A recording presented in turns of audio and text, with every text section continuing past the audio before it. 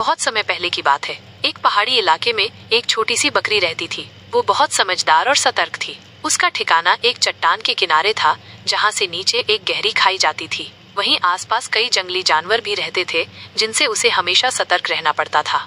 एक दिन एक भूखा भेड़िया उस इलाके में घूमते घूमते बकरी के पास आ पहुंचा। उसने बकरी को देखा और सोचा, आज तो मेरा स्वादिष्ट खाना तैयार है।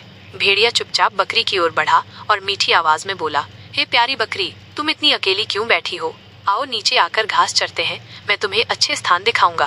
बकरी ने भेड़िया को दूर से पहचान लिया और उसकी चाल समझ गई। वह बोली, भाई भेड़िए, आपकी बात तो बड़ी मीठी है, लेकिन मैं जानती हूँ कि आप मुझे घास नहीं बल्कि मुझे ही खाना चाहते हो। भेड़िया झेप गया, फिर भी उसने चालाकी से काम लेने की सोची। वो बोला, नहीं नहीं बहन बकरी, तुम तो मुझे गलत समझ रही हो। मैं तो अब शाकाहारी हो गया हूँ। मैं सिर्फ दोस्ती करना चाहता हूँ। बकरी हंसी और बोली, अगर ऐसा है तो आप वहीं नीचे खड़े रहो और जब मेरे मालिक आएंगे तब मैं नीचे उतरूंगी। वो आपको देखकर बहुत खुश होंगे। भेड़िया समझ गया कि बकरी उसका मजाक उड़ा रही है। फिर भी उसने आखिरी कोशिश की और बोला, कम से कम एक बार नीचे तो देखो, कितनी सुंदर घाटी है, चांदी जैसी घास फैली है, आओ ना।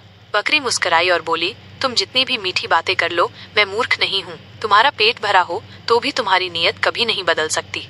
इतना कहकर वो चट्टान के किनारे से दूर हट गई और एक सुरक्षित गुफा में जाकर छिप गई। भेड़िया समझ गया कि उसकी चालाकी इस बार काम नहीं आई।